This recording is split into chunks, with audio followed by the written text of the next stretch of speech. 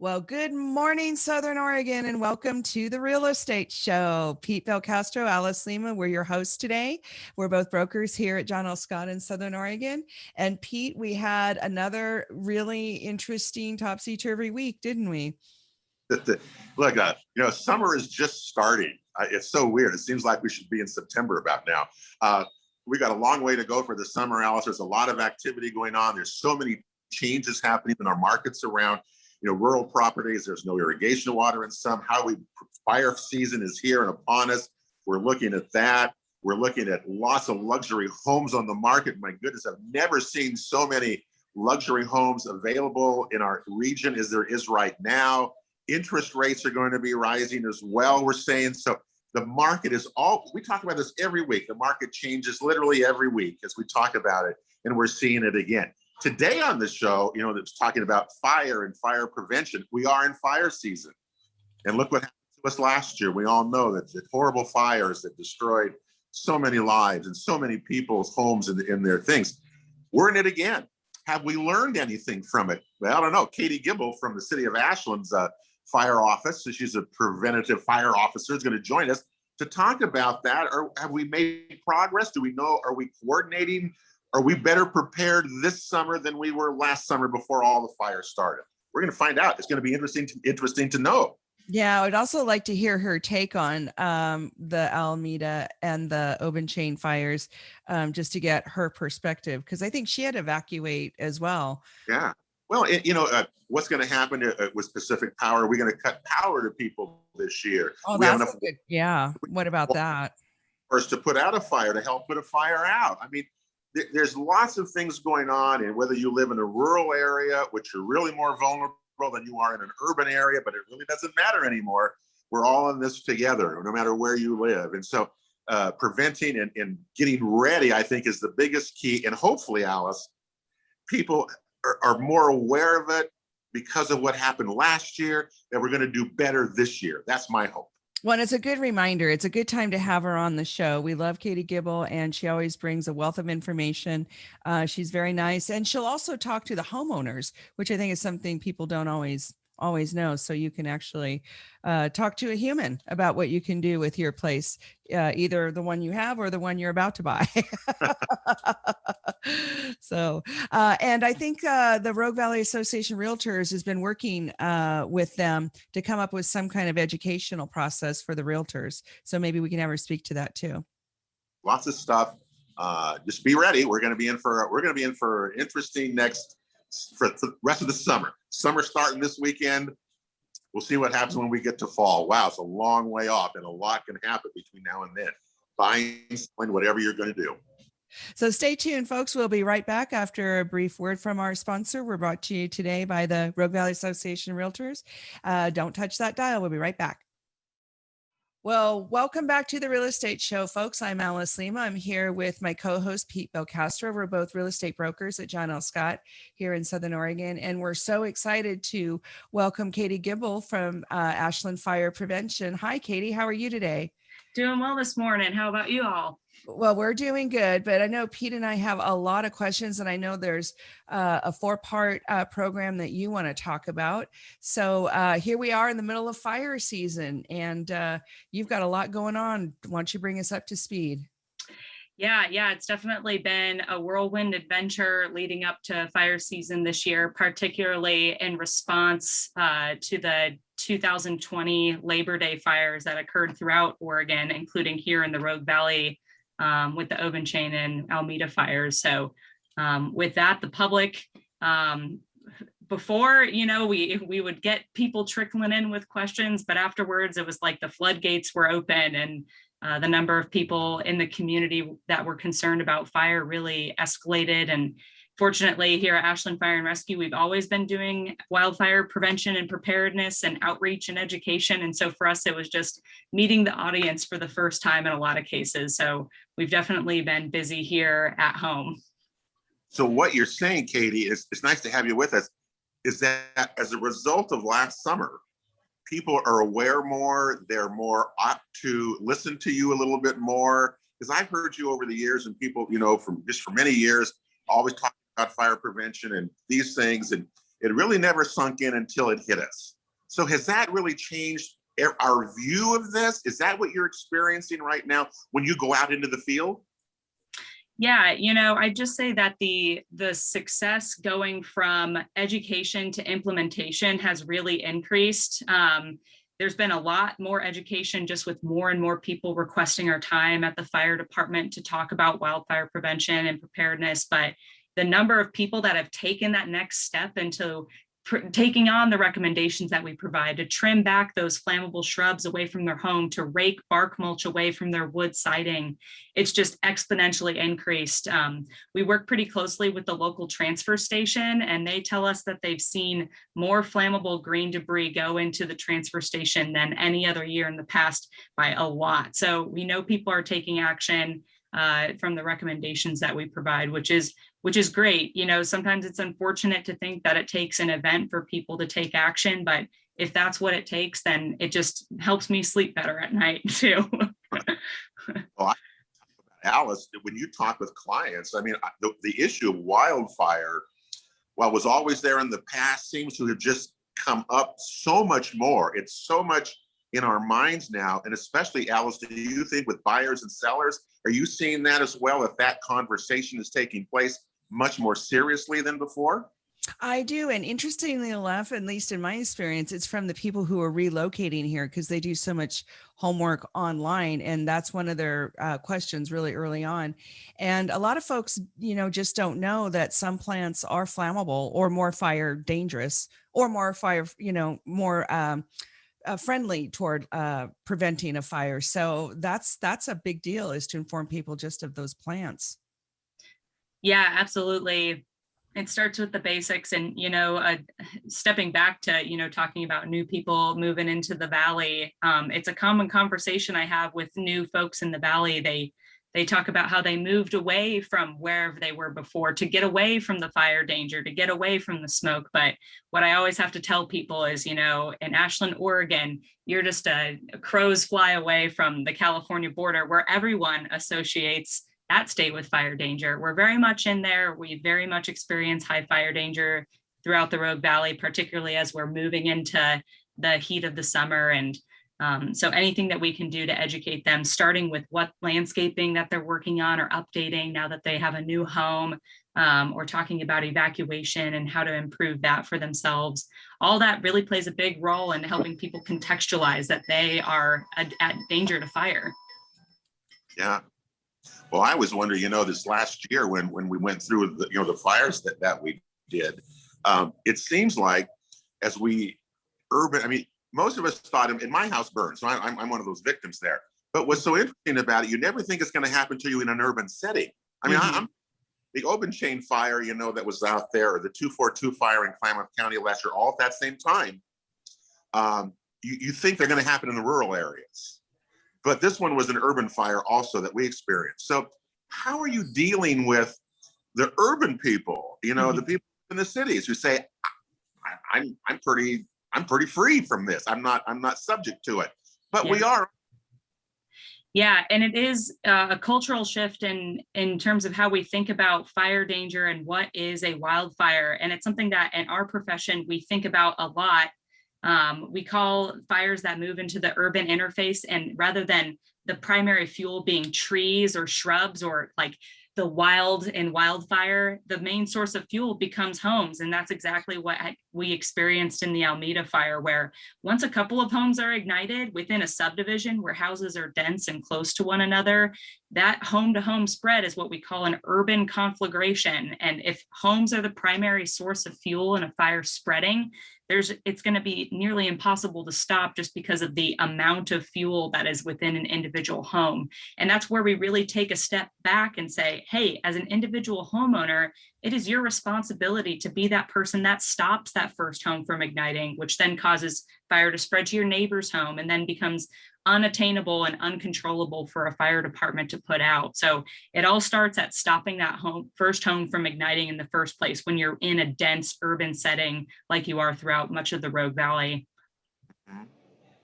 Well, Katie, since we also had all this happen during the COVID shutdown, It's been hard for people to even consider having you come out or going to your office and getting this information. Now that we're almost a year past the Alameda fire and the Open Chain fire, if somebody is in town, what would you suggest they look at inside their home and outside their home?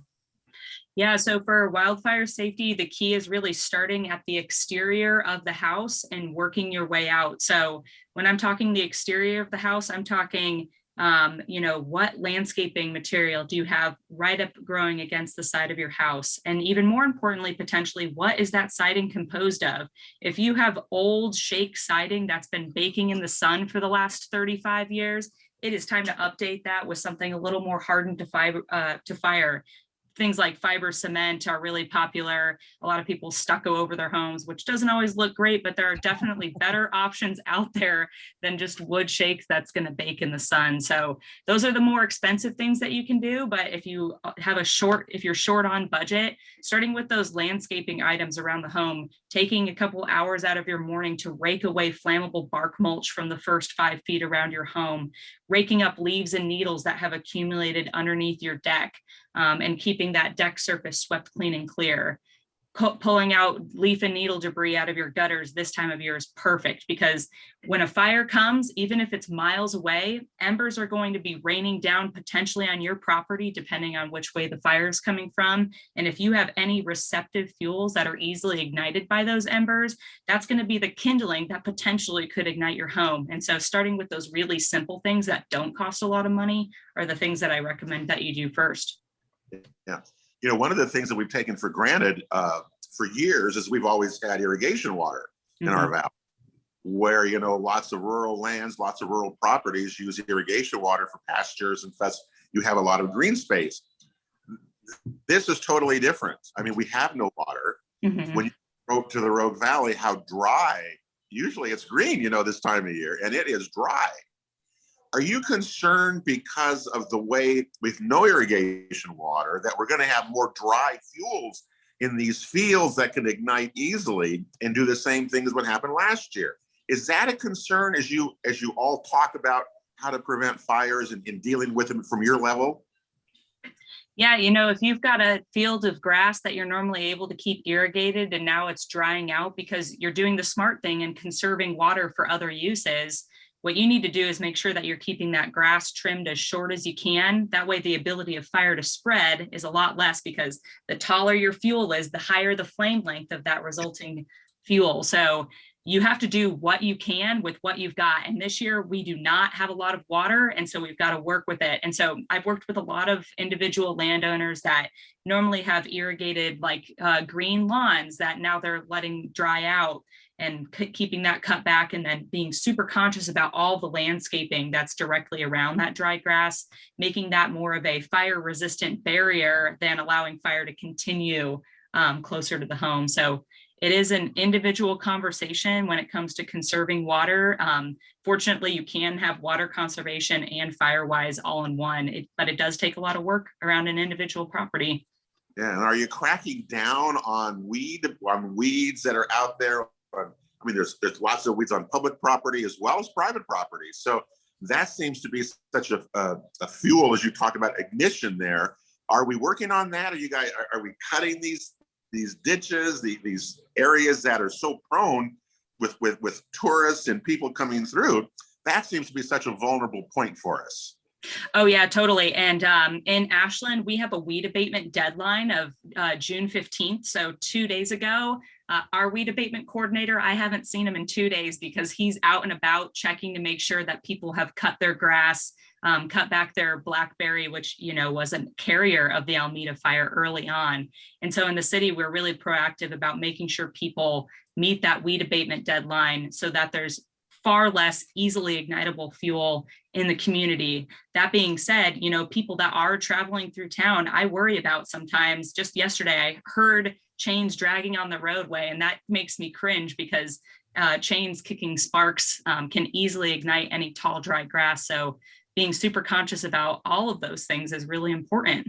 See, and I don't think people realize that the metal on roads, metal on rock, and that's why you have to be careful when you're mowing right now. Can you talk a little bit about that?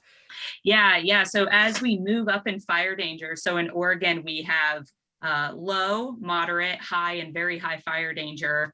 And right now we're in moderate. And what that means is between the hours of 1 p.m. and 8 p.m., you are not allowed to cut using motorized equipment.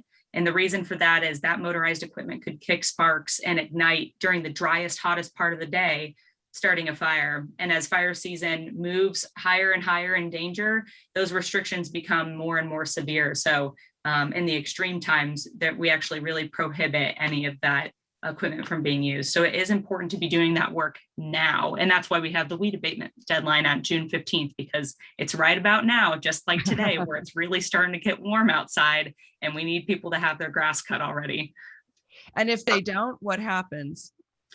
In worst case scenarios, they are fined. However, usually it's just a one-on-one conversation warning people to get it done, or else they will be fined. So usually our weed abatement coordinator will ends up having to fine 2 or 3 people a year. And that's out of over 1,000 weed abatement issues that he knows about in the city. So pretty good. Well, that is pretty good. We're speaking with Katie Gibble from Ashland Fire and Safety, and Pete Belcastro. Alice Lema will be right back with word of our sponsors. We're brought to you by John L. Scott of Southern Oregon, Rogue Valley Association of Realtors, and Guy Giles of Mutual of Omaha Mortgage. Do not touch that dial. Katie Gibble will be right back. Well, welcome back to the Real Estate Show, folks. I'm Alice Lema here with Pete Belcastro. We're both real estate brokers at John L. Scott here in Southern Oregon. And we're having a very interesting conversation with Katie Gibble. She's the Fire Adapted Communities Coordinator in Ashland. We've referred to her just as fire safety because that's shorter and that's more about what she does. And when we talked to you last year, we had not had the fire, the Alameda or the Oban Chain fire. And we were just taking a few minutes to hear from you about what folks can do to get ready. And Pete brought up the fact that we don't have any irrigation water. So how does that work now if we have another situation, especially out in the rural district, and we don't have access to extra water?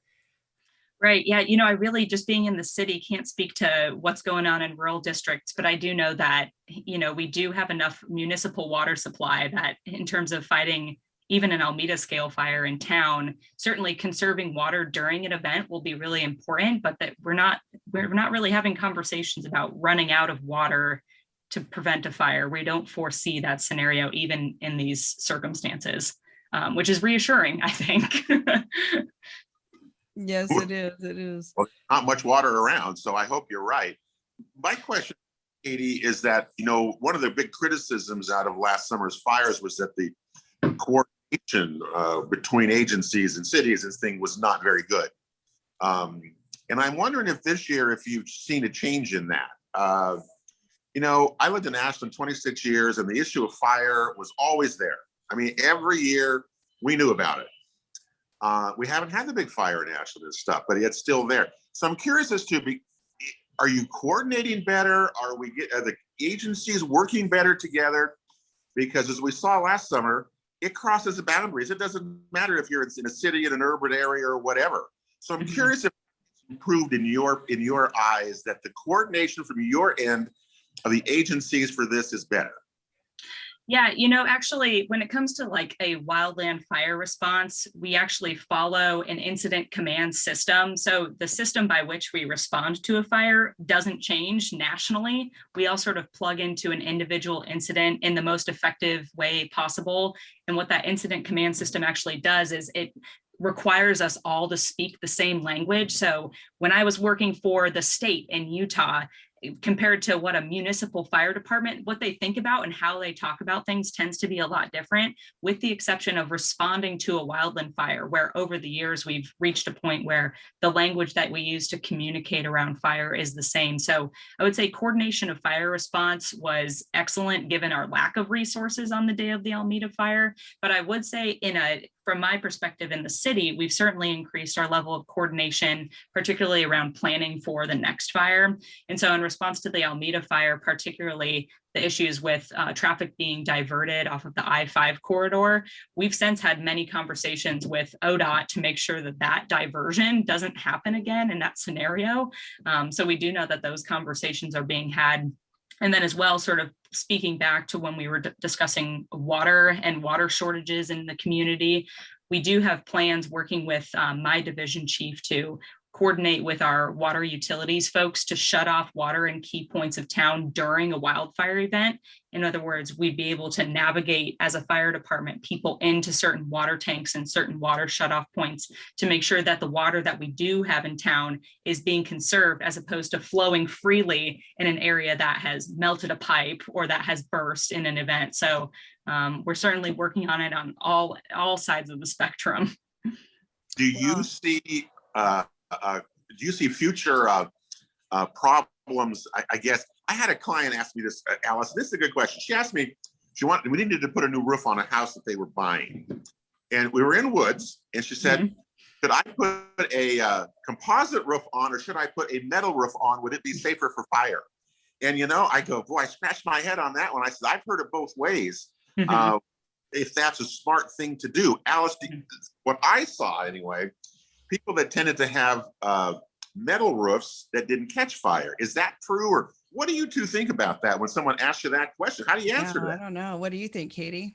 Yeah, so both metal roofs and composite roof shingles are what we call Class A roofing, which is like the best that a roof can be in terms of fire protection. So when they test those roofs, they literally just put bricks of like superheated charcoal on those surfaces, and then they test how well they do over certain periods of time. And to be deemed a Class A roof, you have to exceed, I think, like a 40-minute threshold where the heat doesn't impact any of the structure around that roofing, whether it's the metal or the composite.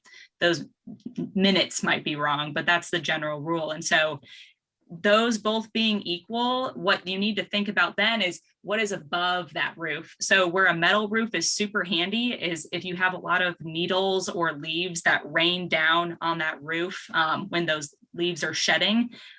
What metal roofs do is allow that material to flow more quickly down to the gutters, and then it's up to you to clean out your gutters. But if you have a lot of leaves and needles that are raining down and you have a composite roof, what happens is friction literally stops those leaves and needles from rolling down your roof to the gutters. And so then when it comes time to doing your spring cleaning to prepare for fire, you're not only having to clean out your gutters, but you're having to clean off your entire roof. Whereas when you have a metal roof, you tend to be able to avoid having to go up there every year to clean off your whole roof. So that's kind of like what I see around town, the uniqueness of having a metal roof. But all things being equal, composite tends to be cheaper and it gets equal bang for your buck as far as fire protection. What about tile roofs? Tile roofs, I haven't seen many of those in town. I've seen them in like Wisconsin. Yeah, they're kind of pricey. So we Yeah. only have them in certain subdivisions, but I just wondered. Yeah. They must have a pretty good rating, I would Oh think. yeah, they're certainly Class A. The worst offenders, and there's not many of them around town anymore, are wood shake roofs. Yeah.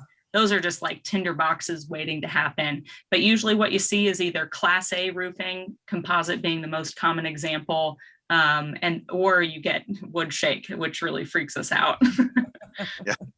Well, you don't see many wood shake roofs anymore around. Let me ask you this question, Katie and Alice, what do you guys think?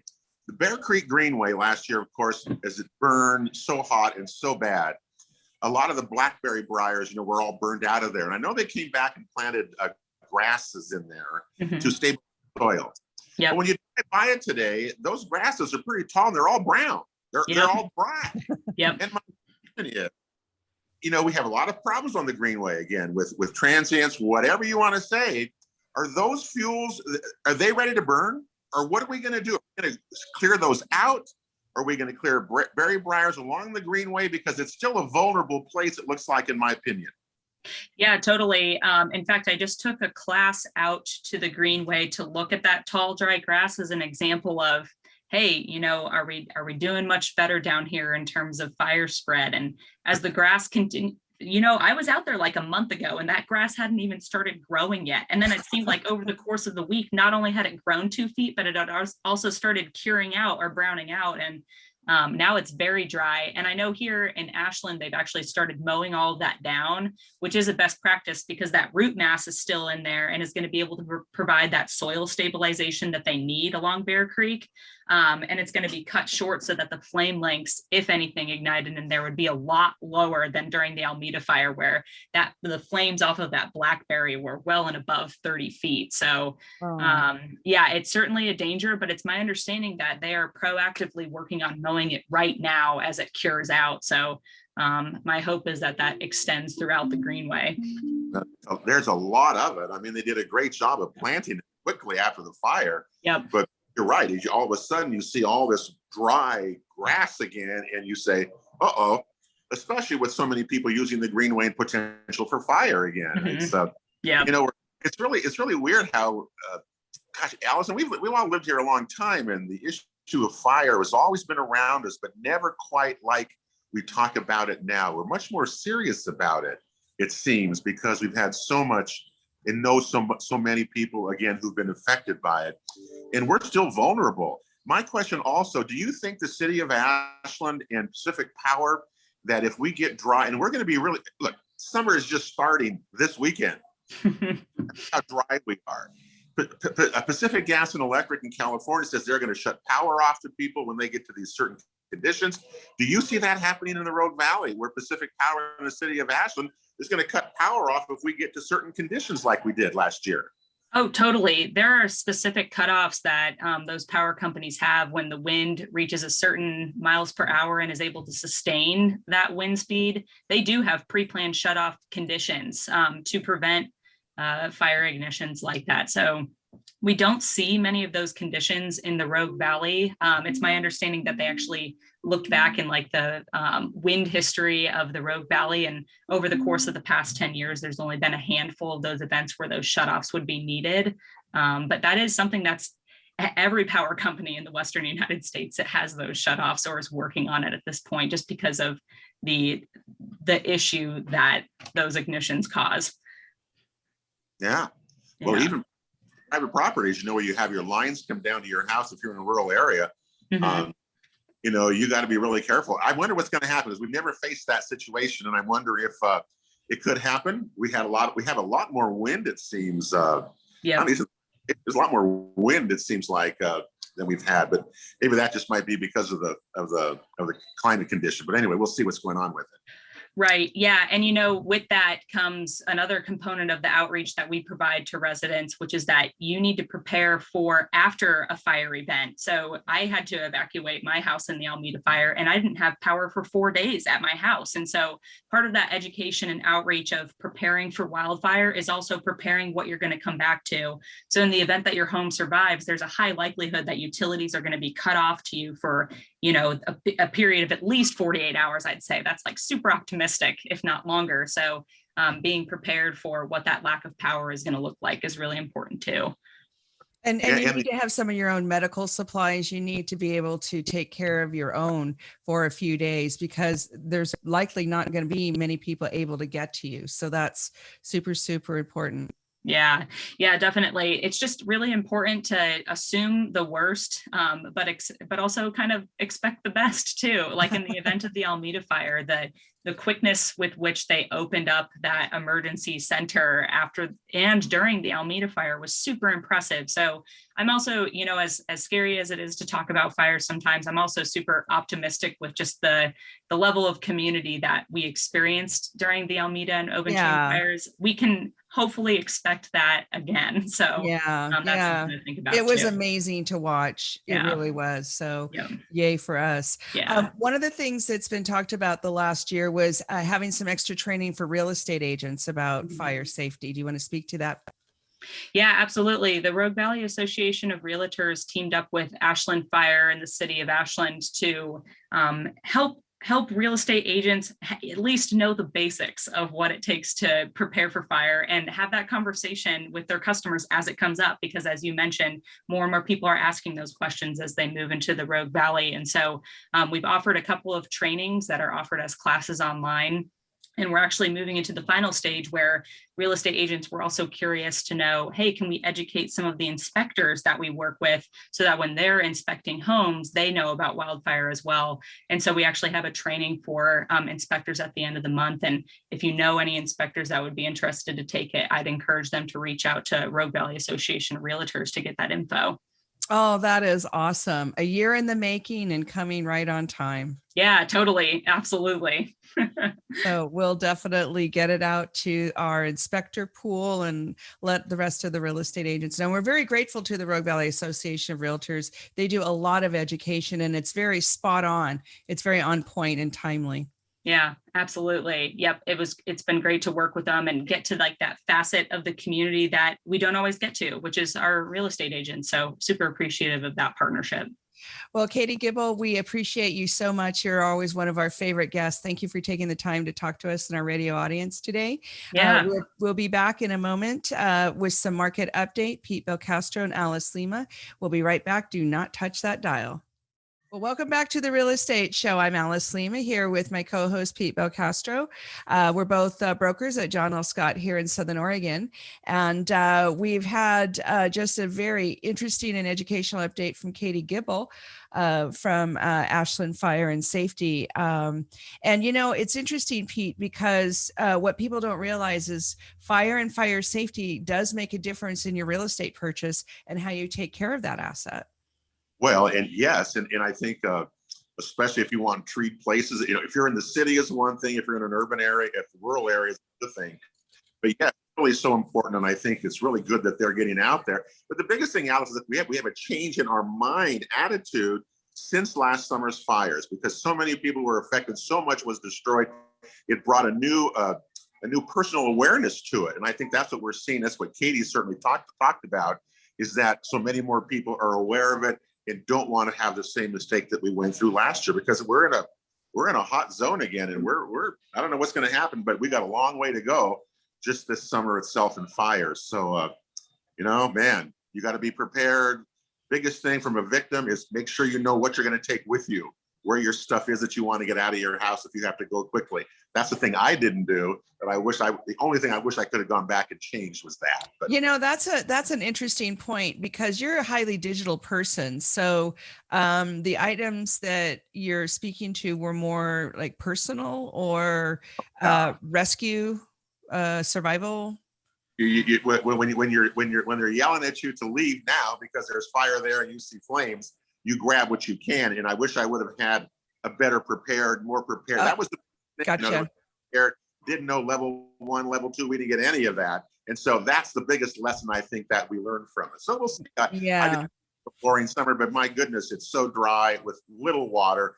People be prepared. I mean, that's the biggest thing we can do, is be prepared and be smart. Yeah. And one of the things that caused a lot of trouble for people that were in escrow during the fire, and if the property burned, then they had not digitized their documents. So this is a great time to do that. We should make a campaign, you know, digitize your documents, get them scanned, get them on the cloud, your personal photos, anything that cannot deeds. Well, deeds you can get from the title company for free, but yeah. You can't. I've learned you can't replace any of it once it's lost. Anyway, right. Yeah. So let's talk about the market. Market is just, here we are at the beginning of the summer. And the thing that I noticed out of this thing is that in Jackson County, we have definitely seen more listings come on the market. Remember a few months ago, we had 125. I mean, there was just nothing on the market. This last week, there were 342 stick-built homes in the market in Jackson County. But what's so strange about it is 84 of those 300 were luxury homes, and 213 of the 340 were priced at $500,000 and above. That leaves only 142 homes, 112 homes in all of Jackson County under $500,000. And I showed them all. Right? Right. You showed them all. Well, you are, because the demand is. The demand is not at 1.3 million or 990,000. But my question is to you is, what's happening? I have never seen so many luxury homes in the market at any one time in Jackson or Josephine County. There are. And three motivations, in my opinion. What I'm experiencing is there's absolute profit taking. There's people that just have $50,000 or $100,000 profit all of a sudden, and they're just grabbing it and they don't care where they're going. So we do have that slice of the motivation pie. There's also people that were planning on downsizing and they can't keep those rural properties. And this is a good time, although it's really tough to find a smaller place. You got to arm wrestle the rest of the market. But so there's that batch of people. And then we have another batch that just don't want to live in Oregon anymore. We have a big exodus. And we also have a big influx. So there's a lot of moving around, and there's a lot of people that have those big spreads, and they're just going to big spreads in Montana, in Wyoming, in Nevada, in Texas, in, name the state, Utah, because they're going for tax purposes. They can have their cows anywhere, that kind of a thing. So those are the three mindsets. Add to it also no irrigation water. Well, then there's that. Our fire dangers are high. That. But what's so odd about it is that there's so many of the expensive homes, the wealthier, I guess, people who live in the valley are the ones that seem to be putting their homes on the market and going. We're not selling. We sell a luxury home. We don't sell a lot of luxury homes, week by week. I mean, a few sell here and there as we go along. But again, it is a total buyer's market in that luxury home area because there's so many homes. You've got great choices to choose from. Okay. And there's more coming on the market. There's more people putting their house on the market. Yeah. Where are they going? What are they doing? Okay. But take it this way, Alice, go down to 350,000. And what are you finding? You find nothing. And you have to, you got to be ready to go pounce now because they come up and go. What's selling very fast is those properties. Well, and those, that's a tough price range because one of my sales just in the last two months was a fixer upper, and it appraised at 355, and that set the new market norm in that part of East Medford. So, markets rise and fall based on what your neighbor pays. And so right now, I think the fixer upper price in East Medford, Central Point, parts of Grants Pass really is that 340 to 360, but you still can get move-in ready stuff. But like you just said, Pete, you do have to be ready to rock and roll the day it comes on the market. And then the other thing that's happening is people are waiting. They're going to go see the property right now, but then they're sitting back and waiting because if it doesn't sell, there might be a price reduction in a couple of weeks, or they'll just take a lower price. So buyers are playing that game too. And the last thing before we get out of here today on our show, what's going to change our market is coming. And now that we talk about fire and water and all sorts of things like that, we are going to see interest rates start to rise. Oh, right. And they announced it this week. Yeah. So my question is also on this and selling of these luxury homes, so many on the market. Are people saying I should put them on the market now while the interest rates are still here because I know they're going to start going up here in another few weeks? Is that playing into this at all or not? I don't know. But no matter what, the 3.1, 3.0 interest rates, 2.75 that some of us got, whatever we got, those rates are going to go up. And once that happens, we have said, Alice, for how many months? All bets are off when interest rise, because then that $500,000 or $600,000 house that you're close to being able to afford, it's going to cost more now in financing. So interest rates are going to play a role here. They're going to go up. You better be ready for that. We've talked about this for months. It's going to play a role in our market. So, wow, all this is happening with us. What an interesting time it is to be in real estate, whether you buy right now, you sell, whatever, with fires and water in this. We're in for an interesting summer, Alice. The next few months are going to be fascinating to watch and see what happens. Yeah, doesn't it feel like we've been in a real estate blender for like 16 months? I'll never forget that show we did on March when they shut down the whole state. And what we have been through and seen since that, I don't think any of us could have ever predicted. Yeah. So with it, be smart. That's the biggest thing, and be safe. and get your home ready. Get all this ready because we're going to be in for an interesting summer ahead in all of our counties, Jackson, Josephine, Klamath as well. And I think it's going to be a great buying opportunity. I think if you're reasonable with your price, it will also be a great selling opportunity. So, so keep it in mind. You can get a hold of either Pete or Alice. We're around all the time. Have a beautiful Southern